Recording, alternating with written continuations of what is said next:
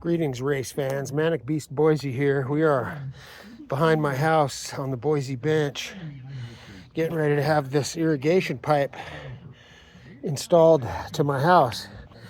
The irrigation comes from the canals that were dug in Boise back in the late 1800s, early 1900s.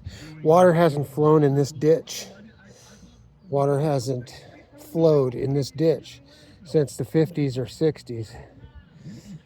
So the irrigation people want to keep this open, this right of way, so that we can still get water delivered for irrigation, our crops, our lawns, and whatever. So came out here with my guys, dug this ditch today with old Dave and Max. So it's got to go right into here. My house is right on the other side of this phone pole, so they're going to put a Y in there so I can pump water out of here to irrigate my garden and my lawn.